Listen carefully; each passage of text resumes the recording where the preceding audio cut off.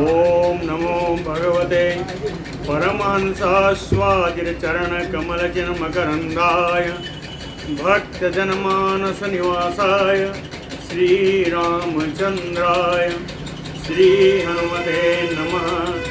श्रीगुरुचरणकमलेभ्यो नमः। श्रीसीतानाथसमारम्भां श्रीरामानन्दार्यमध्यमाम् अस्मदाचार्यपर्यन्तां वन्दे गुरुपरम्पराम्। वागीसाद्या सुमनसः सर्वार्थानाम् उपक्रमे यमनत्वा कृतकृत्याः स्युः तं नमामि गजाननम्। या कुन्देन्दुतुषारहारधवला या शुभ्रवस्त्रावृता या वीणावरदण्डमण्डितकरा या श्वेतपद्मासना या ब्रह्माच्युतशङ्करप्रभृतिभिर्देवैः सदा वन्दिता सा मां पातु सरस्वती भगवती निःशेषजाड्यापहा। नीलाम्बुजश्यामलकोमलाङ्गम सीतासमारोपितवामभागम पाणौ महासायकचारुचापम नमामि रामं रघुवंशनाथम्। रामं रामानुजं सीतां भरतं भरतानुजं सुग्रीवं वायुसूनुं च प्रणमामि पुनः पुनः प्रणमामि पुनः पुनः। राम रामेति रामेति रमे रामे मनोरमे सहस्रनाम तत्तुल्यं राम नाम वरानने। आपदामयपहर्तारं दातारं सर्वसम्पदां लोकाभिरामं श्रीरामं भूयो भूयो नमाम्यहम्। भक्ति भक्त भगवंत गुरु चतुर्नाम बपु एक इनके पर वंदन किए नासै विघ्न अनेक। बोलो श्री सीतारामचंद्र भगवान की जय। राम जी अपनी माता कौशल्या जी से विदा मांगने के लिए गए। वहाँ सब समाचार बताया। साथ में लक्ष्मण जी साथ में थे। जब सारी बात हो गई तो लक्ष्मण जी कहते हैं, दो तीन श्लोक रिपीट कर रहे हैं कल का, इसलिए के लास्ट में कम सुनाई पड़ा था। तो लक्ष्मणोऽपि ततः श्रुत्वा कौसल्या वचनं रुषा उवाच राघवं वीक्षदहन्यो जगत्त्रयम्। लक्ष्मण जी भी कौशल्या जी के साथ जो राम जी की वार्ता थी सुन करके बड़े क्रोधित हुए और दहन्यो जगत्त्रयम् इतने क्रोधित थे, उनके नेत्रों से ऐसा लग रहा था कि त्रिलोकी को जला डालेंगे। ऐसे क्रोधित लक्ष्मण जी राघवं वीक्ष्य उवाच, राम जी को देख करके राम जी से बोले, कहते हैं उन्मत्तं भ्रांत मनसं कैकेयी वसवर्तिनं बद्ध्वा निहन्मि भरतं तत्बन्धून् मातुलानयपि। कहते हैं जो राजा कैकेयी के वशीभूत है, जो जिनका चित्त सही नहीं है, जो भ्रमित चित्त वाले हैं, बड़े उन्मत्त हैं, बद्ध्वा इनको बांध करके भरतम तत्बंधून मातुलानयपि निहन्मि। भरत जी और उनके बंधु जो उनके साथी जो हैं और उनके मामा तक को भी सबको मैं मार दूंगा, इनको बांध लूंगा और सबको मार दूंगा। अद्य पश्यन्तु मे शौर्यं लोकान् प्रदातः पुरा इति ब्रुवन् राम तुम अभिषेकाय कुर्यत्नम् अरेन्दम्।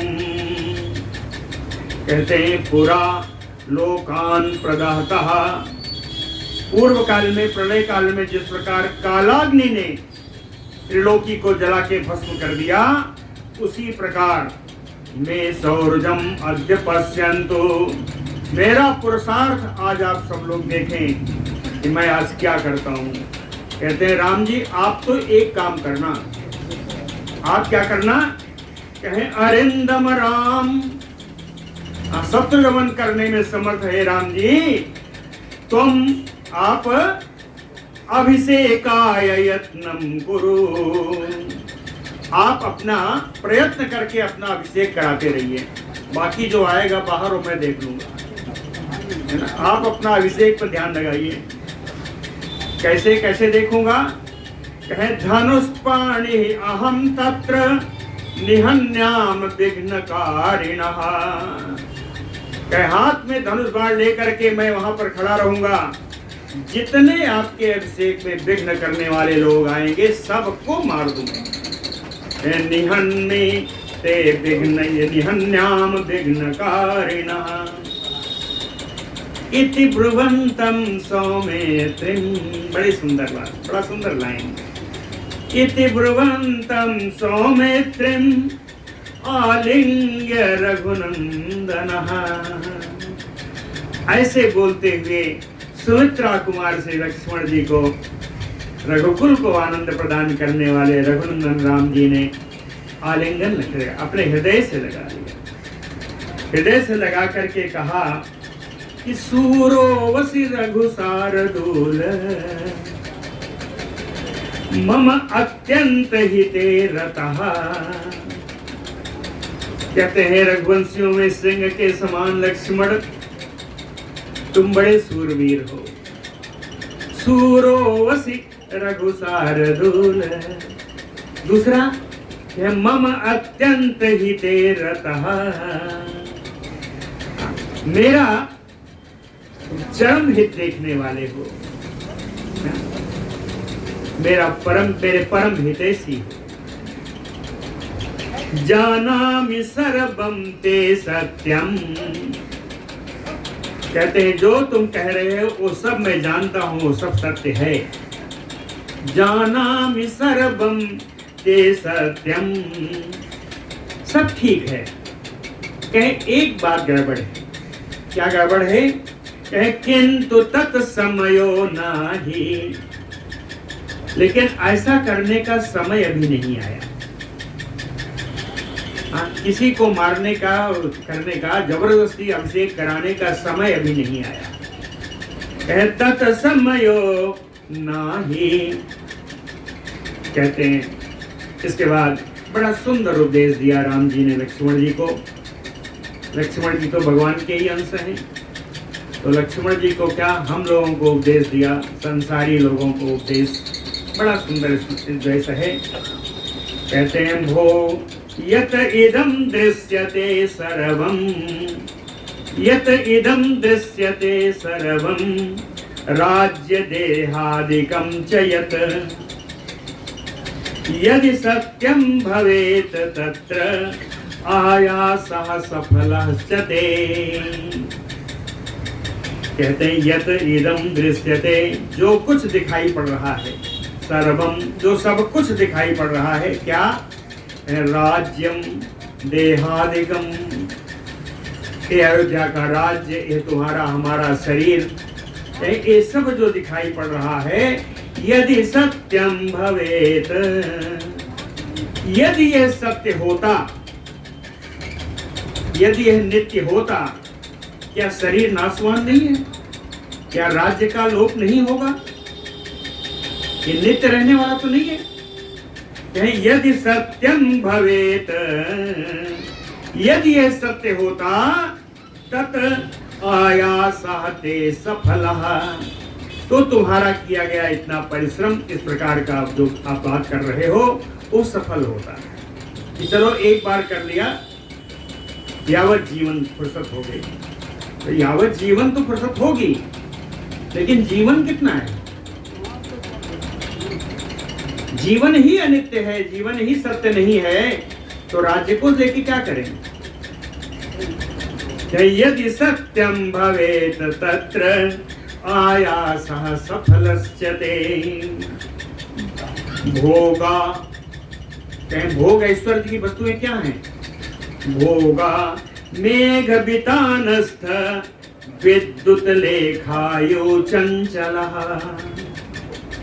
जितने ऐश्वर्य की सामग्रियां हैं, भोग की सामग्रियां हैं, तो कहते हैं मेघ रूपी वितान, वितान यानी चंदोवा, चांदनी लगाई जाती है उसी को वितान कहते हैं। मेघ रूपी चंदोवा में चमकती हुई विद्युत रेखा के समान ये सारे भोग सामग्रियां चंचल हैं। कब आएंगी कब जाएंगी कुछ पता नहीं। भोग सामग्रियां क्या हैं? विद्युत मेघ में चमकती हुई बिजली के समान चंचल, नित्य नहीं है। और आयु कहे आयु अपि अग्नि संतप्त लोहस्थ जल बिंदुवत। आयु कैसी है? क्या तपाए हुए लोहे पर, अग्नि में तपाए हुए लोहे पर जल की बिंदु डालिए, क्या होगा पता ही नहीं चलेगा, कब आया कब गया। इसी जैसे वो जल का नाश हो जाता है वैसे ही ये जीवन क्षण भंगुर है, क्षणांश में नष्ट होने वाला है।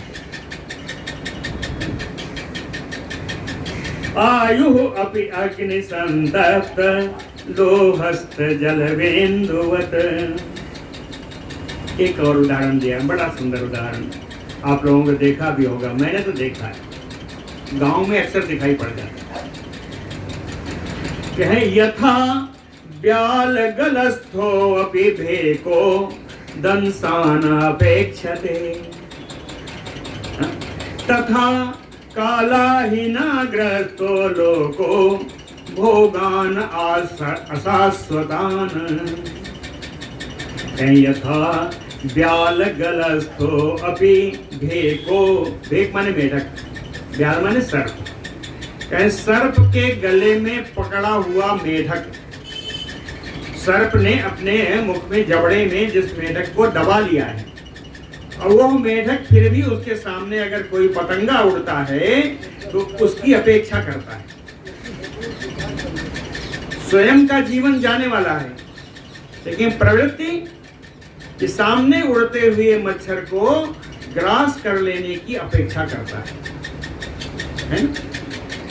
यथा ब्याल गलस्थो अपि भेको दंसान अपेक्षते, दंश की, मच्छर की अपेक्षा करता है। तथा उसी प्रकार से कालाहीनाग्रस्तो लोको, काल रूपी सर्प से, यानी सर्प रूपी काल के ग्रास में गया हुआ सांसारी व्यक्ति अशाश्वतान भोगान अपेक्षते, अनित्य भोगों की अपेक्षा करता है। काल के गाल में पड़ा हुआ जीव अनित्य भोगों की नित्य अपेक्षा करता है।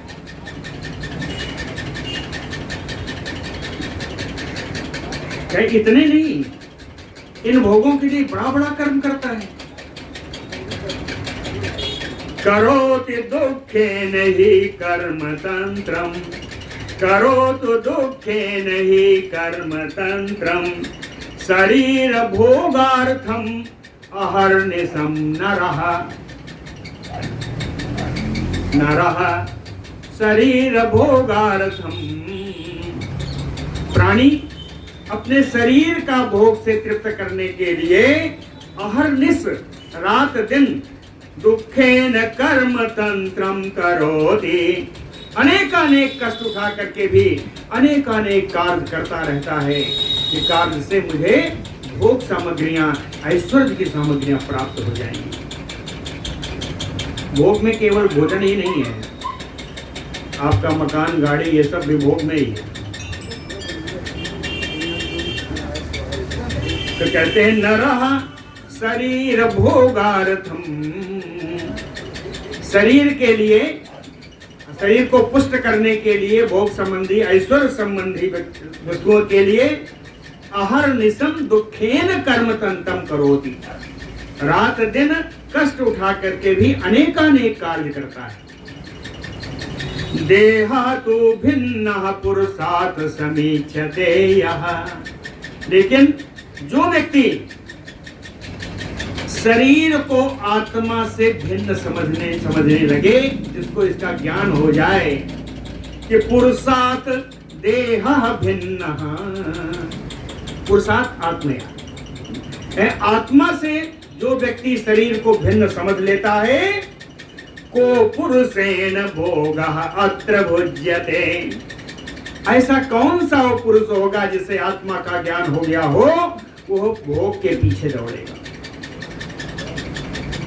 जिसने शरीर और आत्मा का अंतर समझ लिया, वो कभी भोग के पीछे नहीं दौड़ेगा।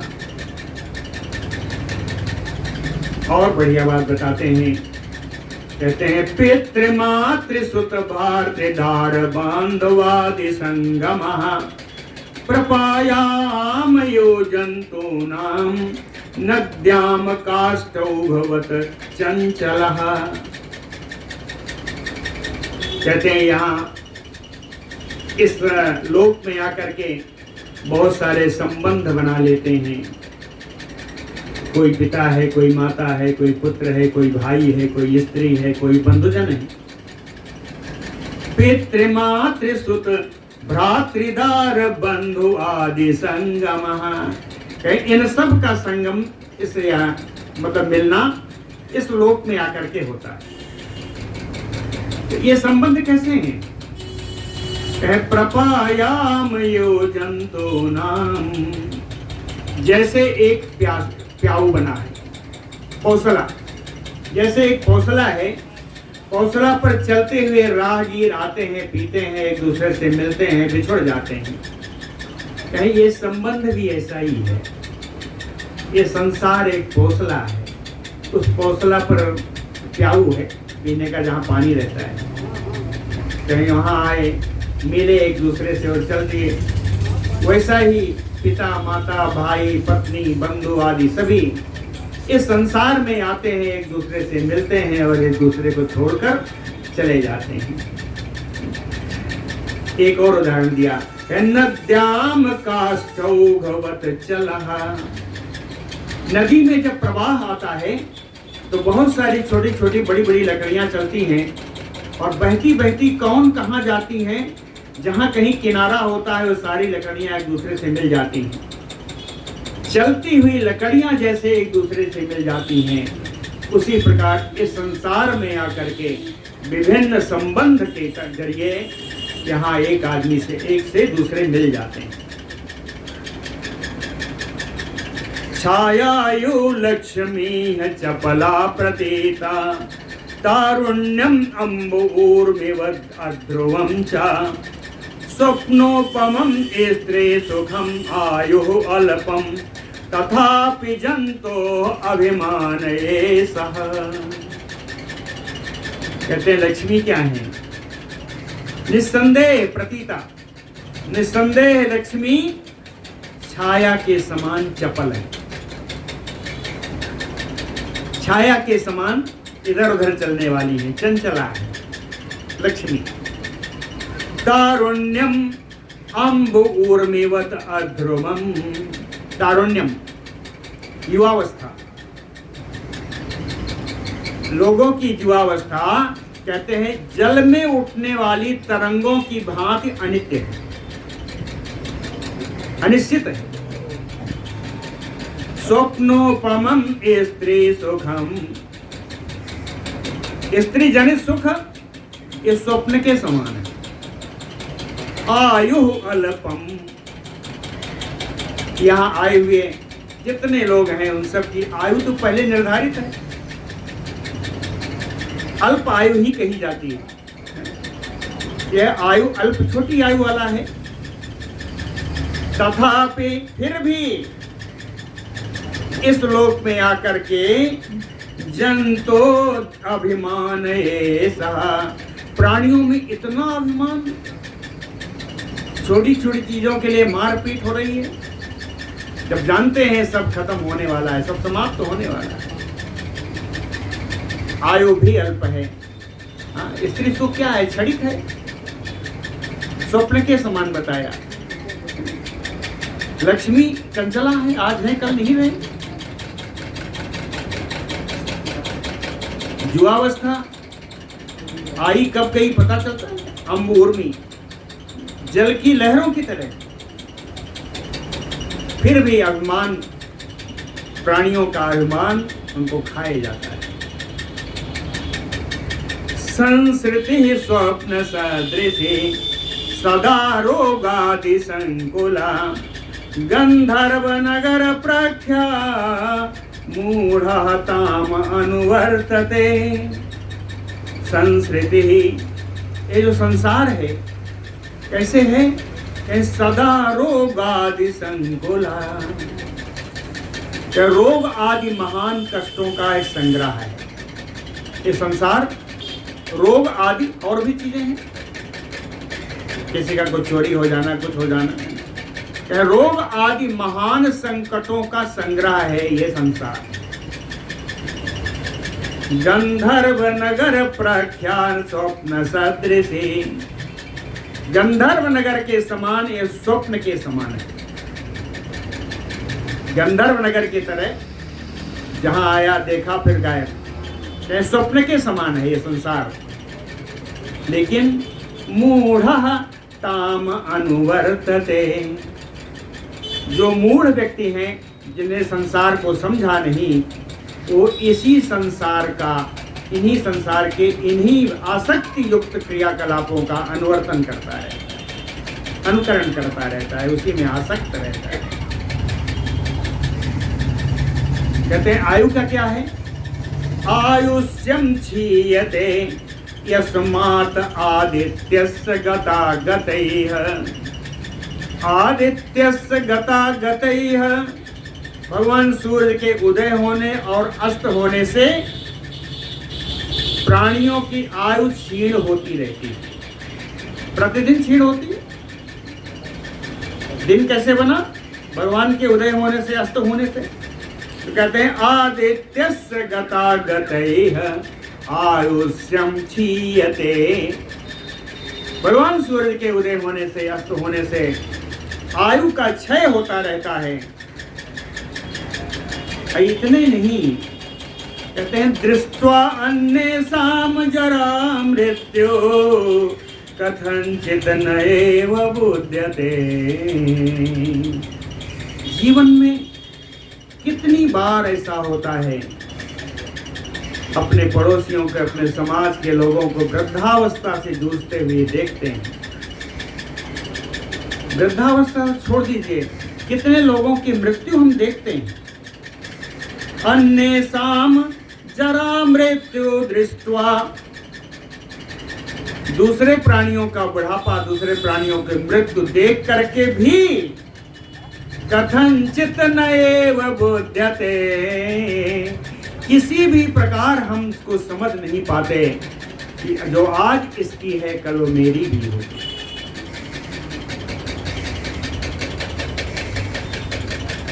किसी की मृत्यु देख करके क्या अपनी मृत्यु का भान होता है? सोचने वालों को होता है। बहुत लोग तो आजकल देखिए उत्सव जैसा जाते हैं, घाट पर गए कि हाँ देख लो, हाँ देखा है किसी ने, कहें चलो चलो हो गया काम। इसीलिए कहते हैं किसी की, दूसरे की बुढ़ापा, दूसरे का मृत्यु देख करके भी मूढ़ व्यक्ति, सभी की बात नहीं है, मूढ़ व्यक्ति फिर भी समझ नहीं पाता। नैव बुध्यते स एव दिवसा स एव रात्रिः इति एव मूढ़धीः। मूढ़ बुद्धि व्यक्ति के लिए कल जो दिन गया, कल जो रात गई, वही दिन वही रात फिर आएगा। कहते हैं स एव दिवसा स एव रात्रिः इति एव मूढ़धीः। वैसे ही रात, वैसे ही दिन बिताता रहता है, बिताता नहीं रहता। भोगान अनुपतति एव, भोग सामग्रियों को एकत्र करने के लिए उनके पीछे दौड़ता रहता है। अनुपतति एव, भोग सामग्रियों को इकट्ठा करने के लिए, संग्रह करने के लिए उसके पीछे दौड़ता रहता है।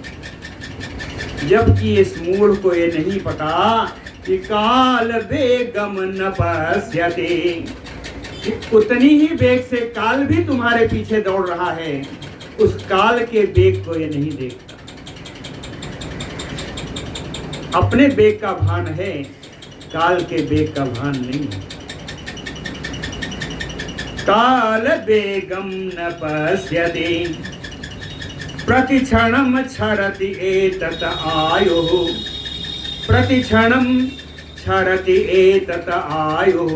कैसे? एक उदाहरण दिया, आम घटा अम्बुवत। प्रतिक्षण आयु कम होती रहती है, प्रतिक्षण आयु कम होती रहती है। किस प्रकार? आम घटा अम्बुवत। आम माने कच्चा, कच्चे घड़े में रखे हुए पानी के समान। आम घटा अम्बुवत। कच्चे घड़े का पानी क्या करेगा? जितना सोख पाएगा सोखेगा, उसके बाद वो घड़ा भी फूटेगा और जल भी जाएगा। ये घड़ा ही शरीर है, और जल आपके शरीर के अंदर के जितने विकार हैं वो। प्रतिक्षणम चरति एतत आयुः आम घटाम्बुवत। इसके अतिरिक्त अगर वहां से बचे तो सपत्नायो रोगौघा शरीरम प्रहरन्ति। सपत्न्यानि शत्रु, शत्रुओं के समान रोगों का समुदाय, विभिन्न अनेक प्रकार के रोग। आजकल तो रोगों की गिनती नहीं है। 50% तो डायबिटीज वाले हैं, बीपी वाले हैं, पता चला कि और हो गया, उनमें और आते गए और आते गए, तो रोगों की तो कमी नहीं। इसीलिए कहते हैं सपत्नायु रोगौघाः शरीरम प्रहरन्ति अहो। प्रतिदिन शत्रुओं के समान यह रोगों का समुदाय शरीर पर प्रहार करता रहता है, शरीर को जर्जर बनाता रहता है। यह रोग प्रतिदिन शरीर, अरे ये रोग क्या है? एक कहते शत्रु है। शत्रुओं के समान यह रोग शरीर पर प्रहार करता है। और अगर थोड़ा बहुत बचे भी, जरा व्याघ्रेयो पुरतः तर्जयन्ति अवतिष्ठते। पुरतः सामने ही खड़ी है, सामने खड़ी है कौन? जरा। वृद्धावस्था सामने खड़ी होकर के व्याघ्री के समान, बाघिन के समान, तर्जयन्ति डांटती रहती है। वो जरा व्याघिन के समान हर व्यक्ति को सामने खड़े होकर डांटती रहती है। अगर कुछ अनैतिक कार्य किया तो मैं आ जाऊंगी।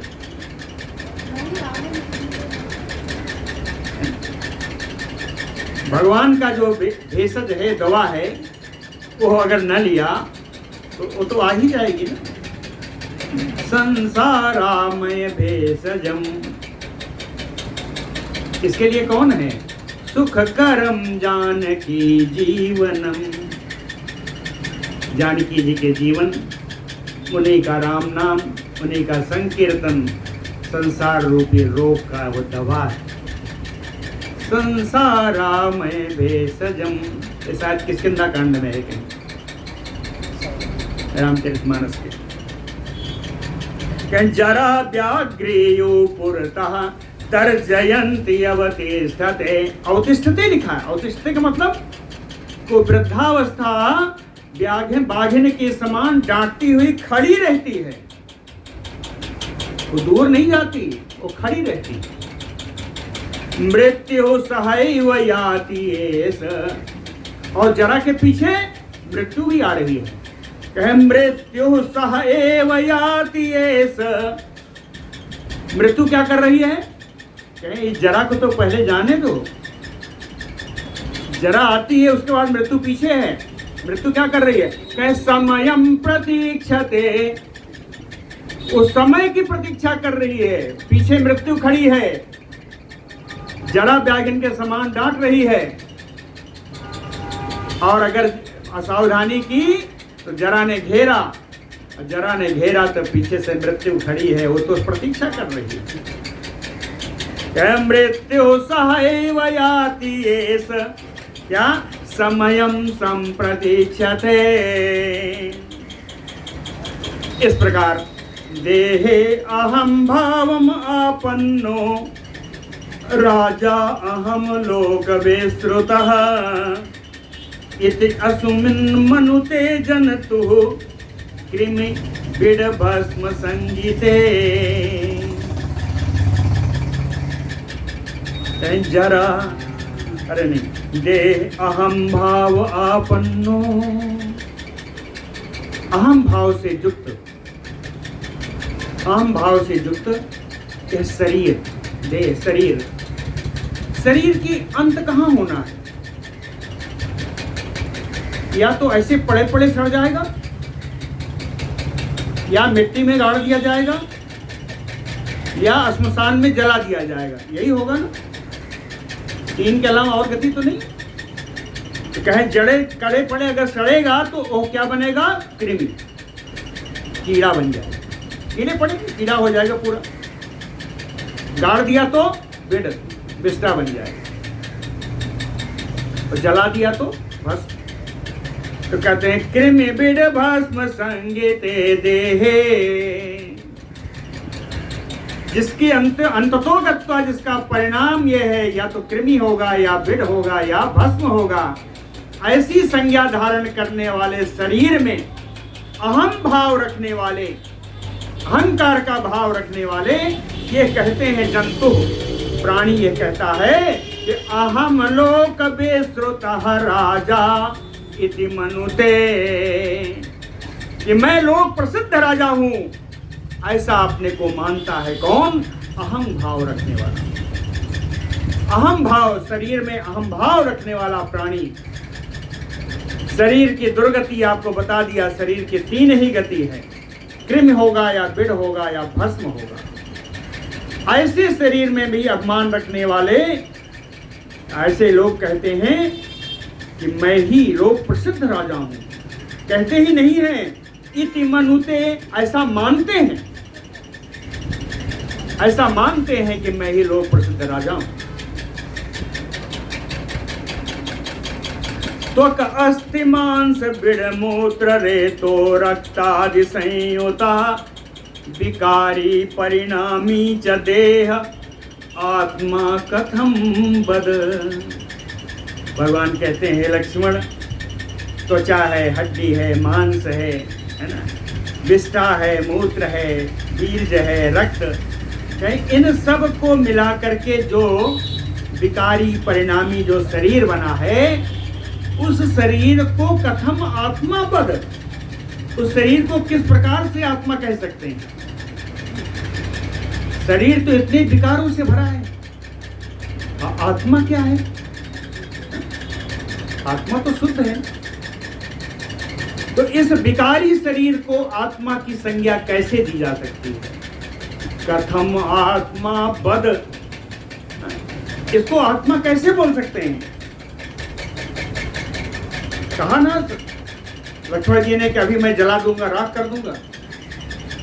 तो वही बताते हैं कि यम आस्थाय भवान लोकम दग्धुम इच्छति लक्ष्मण। हे लक्ष्मण, यम आस्थाय, जिस शरीर में रह करके तुम इस सारे लोक को जलाने की इच्छा कर रहे हो, तो क्या है? देहाभिमान, वो देहाभिमान है। देहाभिमान की गति क्या है? देहाभिमानिना सर्वे दोषाः प्रादुर्भवन्ति। देहाभिमानियों के अंदर ही सारे प्रकार के दोष उत्पन्न होते हैं। जिसको अपने शरीर पर बड़ा अभिमान है, सारे दोष उसी अभिमान को पूर्ण करने में आते हैं। सर्वे दोषाः प्रादुर्भवन्ति देहो अहमैति या बुद्धि देहो अहमैति कहीं जिसकी बुद्धि इस प्रकार की हो जाए, ये मेरा शरीर है, यही मैं हूं, अविद्या सा प्रकीर्तिता, इसी को अविद्या कहते हैं। शरीर को ही सब कुछ मानने वाला व्यक्ति ही जो विद्या है वही अविद्या कहलाती है।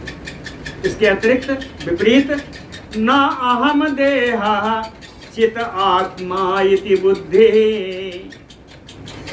कहे मैं शरीर नहीं हूं, मैं तो सिर्फ आत्मा हूं, ऐसा जिसकी बुद्धि हो जाए, विद्या इति भण्यते, इसी को विद्या कहते हैं। अविद्या संसृते हेतु, अविद्या केवल संसार का कारण है। अविद्या संसृते, संसार क्या है? जन्म मरण का चक्कर। अविद्या सिर्फ जन्म मरण दे सकती है, पुनरपि जननम पुनरपि मरणम, यही अविद्या का दे सकती है। जबकि विद्या, विद्या तस्या निवर्तिका, और विद्या इस जन्म मरण के चक्कर से मोक्ष दिला सकती है। अविद्या सिर्फ जन्म मरण के चक्कर में डाल सकती है, और विद्या जन्म मरण से मोक्ष दिला सकती है। तस्मात् यत्नः सदा कारजो विद्याभ्यासे मुमुक्षुभिः, इसलिए मोक्ष को चाहने वाले लोगों को हमेशा प्रयत्न पूर्वक विद्या कार्य का ही अभ्यास करना चाहिए।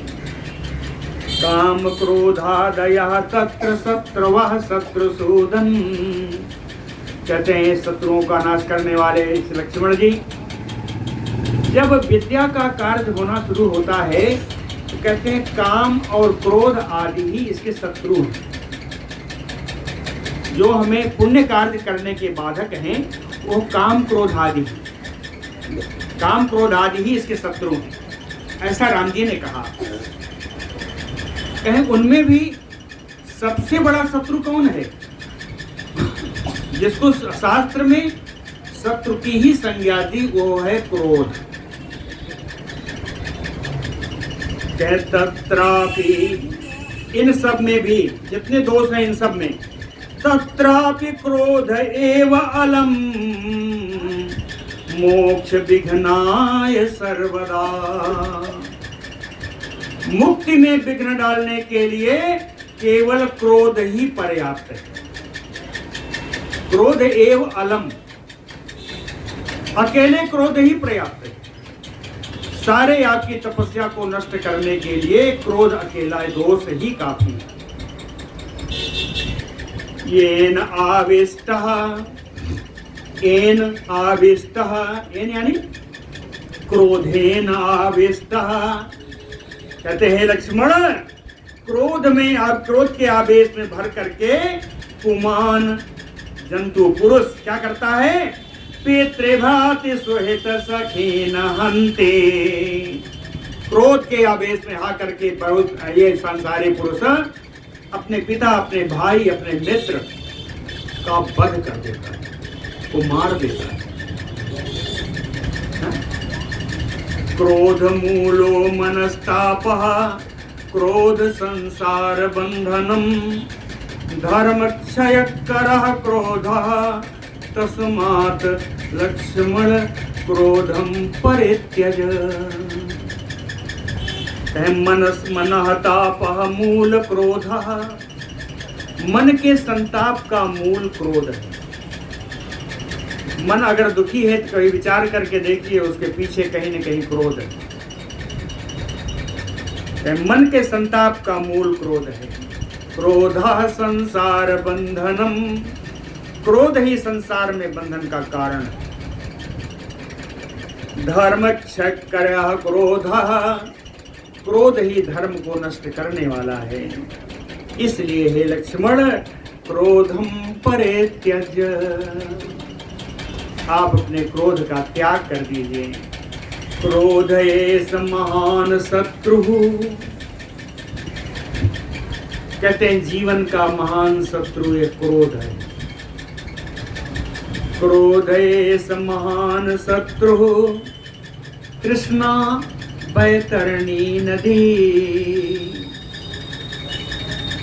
जितने प्रकार की तृष्णाएं हैं, 3 प्रकार की तृष्णाएं होती हैं। सुत वित्त लोक ईसना तीनी, उत्तरकांड में कहीं है।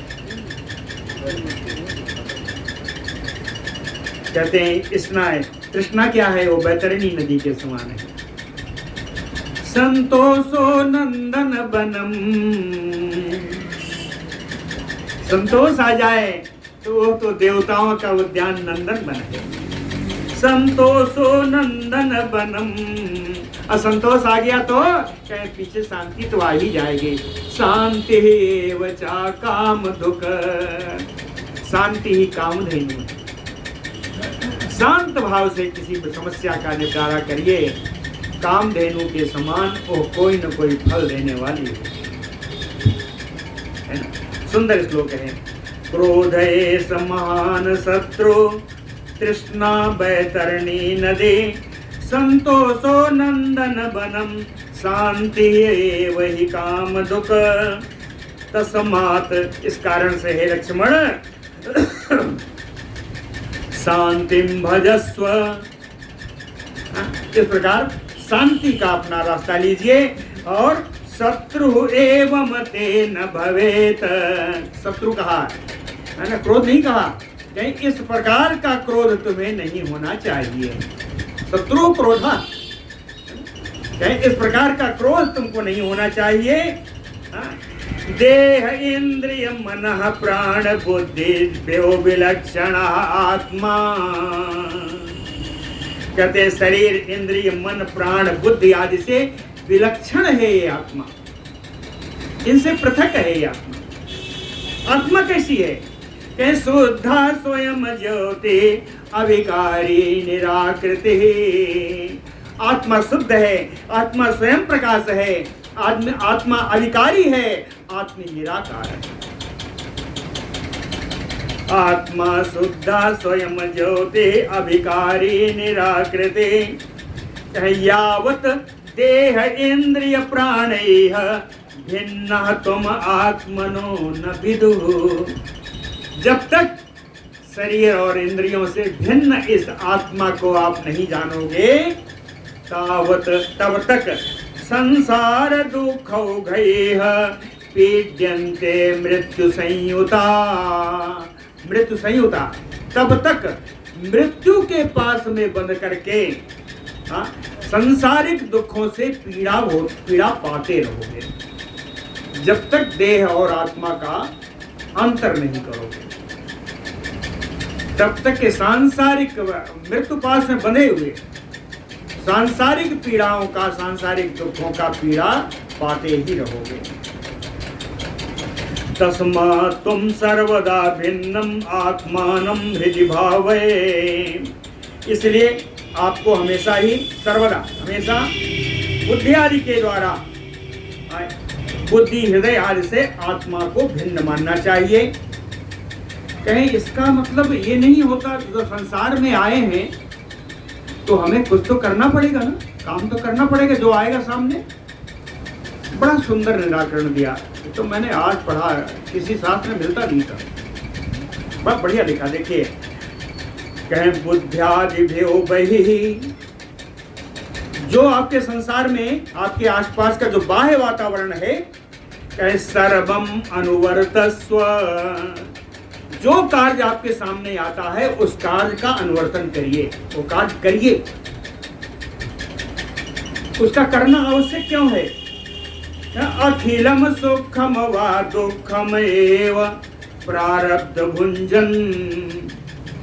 जितने कार्य आपके सामने आ रहे हैं, चाहे वो दुख देने वाले हो, सुख देने वाले हो, उन संपूर्ण कार्य को उचित रीत से आपको निभाना चाहिए। क्यों? ये आपके प्रारब्ध का भोग है।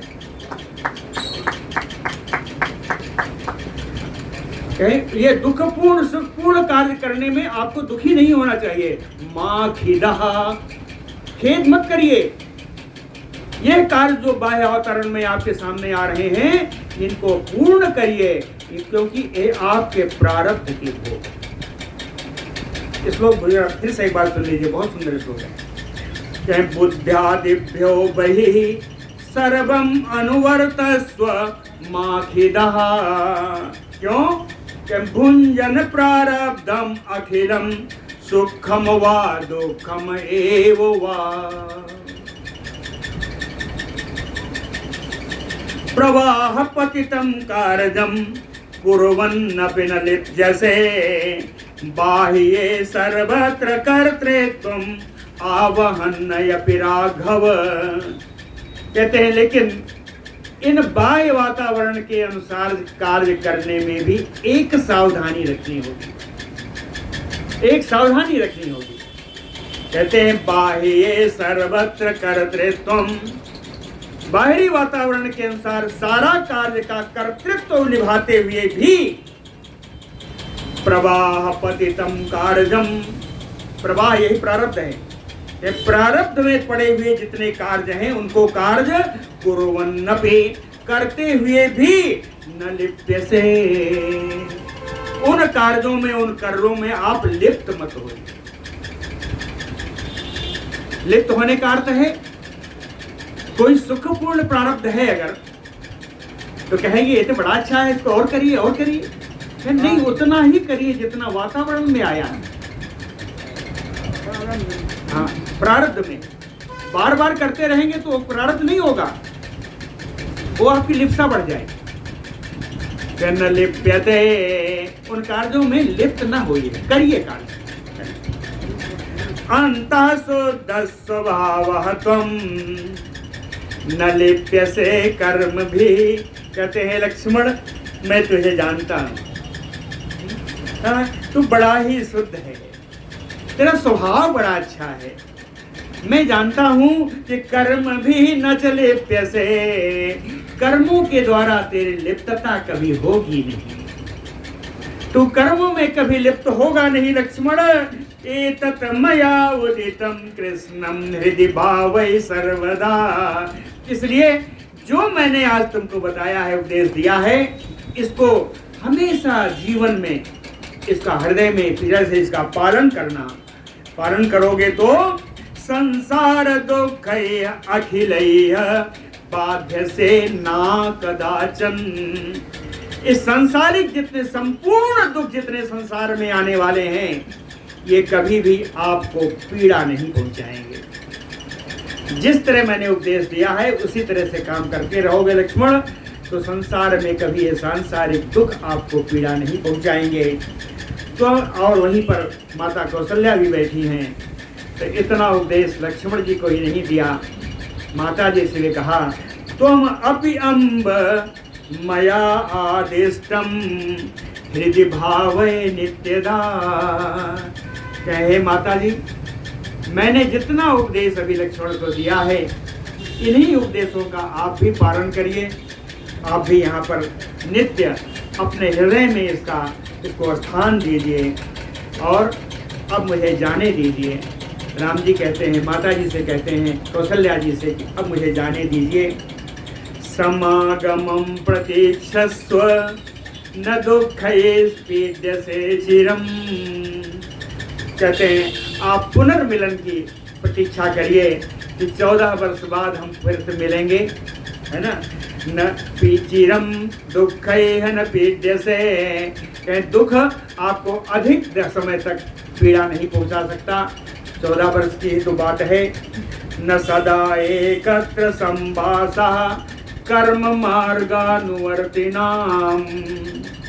कर्म मार्ग का अनुवर्तन करने वाले, पिता पुत्र हो, पिता पति पत्नी हो, भाई बंधु हो, चाहे कर्म मार्ग का अनुवर्तन करने वाले कभी एक साथ जीवन भर नहीं रह सकते, कभी न कभी दिन का वियोग होगा ही, क्योंकि कोई न कोई काम किसी को पड़ेगा और कोई जाएगा।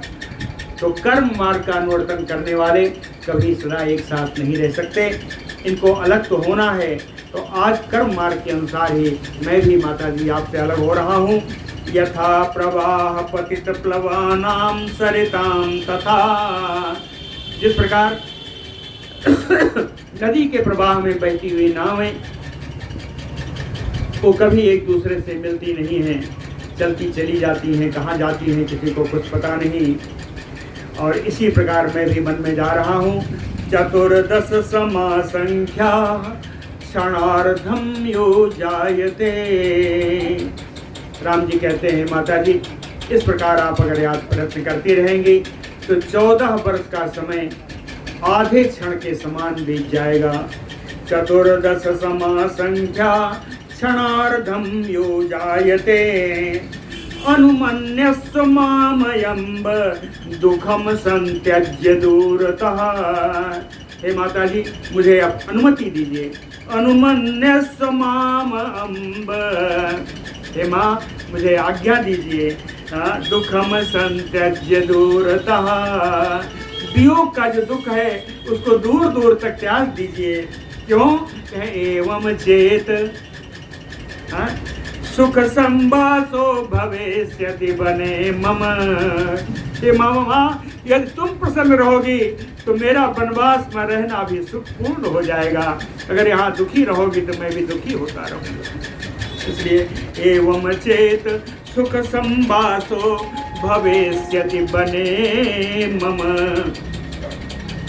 इति उक्त्वा दंडवत मातुः पादयोः आपतच्चिरम्।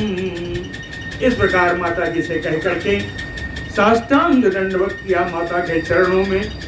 आपतच्चिरम्, बहुत देर तक उनके पैरों में पड़े रहे। राम जी उनके माता जी कौशल्या माँ के चरणों में पड़े रहे। जब देखा कि बहुत देर तक पड़े हैं तो उत्थाप अंके समावेश्य, माँ कौशल्या ने राम जी को उठाया, उठा करके गोद में बैठाया। उत्थाप अंके समावेश्य आशीर भी अभिनंदयत, आशीर वचनों के द्वारा उनको प्रसन्न किया। आनंद पूर्वक उनको विदा किया और उनको आशीर्वाद दिया। आशीर्वाद क्या था? सर्वे देवा सगंधर्वा ब्रह्म विष्णु शिवादयः रक्षन्तु त्वां सदायान्तं तिष्ठन्तं निद्रयायुतं। कहे राम सदायान्तं तिष्ठन्तं निद्रयायुतं। आपके चलते समय, आपके बैठते समय, आपके निद्रा में रहने के समय में सगंधर्वा सर्वे देवा, गंधर्वों के साथ सारे देवतागण, ब्रह्मा विष्णु शिव आदि त्वाम रक्षन्तु, तुम्हारी रक्षा करें। त्वाम रक्षन्तु इति प्रस्थापयामास समालिंग्य पुनः पुनः। बारंबार हृदय से लगाती हुई माँ कौशल्या ने उनको भेजा, प्रस्थान कराया, वहां से विदा किया। विदा हुआ तो लक्ष्मण जी भी वहीं थे। लक्ष्मणोऽपि रामं नत्वा हरसाश्रुगदगदः ब्रवीत। लक्ष्मण जी भी वहीं पर राम जी के चरणों में साष्टांग दंडवत करके आनंद आश्रु आ रहे हैं। कह रहे आज मुझे राम जी की सेवा करने का अच्छा मौका मिला है, अच्छा अवसर प्राप्त हुआ। इसलिए हर्षाश्रु गदगदः, हर्षाश्रु के कारण जिनका कंठ अवरुद्ध है, गदगद वाणी में लक्ष्मण जी राम जी से बोले, कहे आह राम मम अंतस्थ संशयो अयम त्वया हृता। हे राम जी आपने इतना उपदेश दे करके मेरे अंतरात्मा में, मेरे अंतर चित्त में जितना दोष था उन सब का संशय भेदन आपने कर दिया है। मेरा सारा संशय आज समाप्त हो गया है।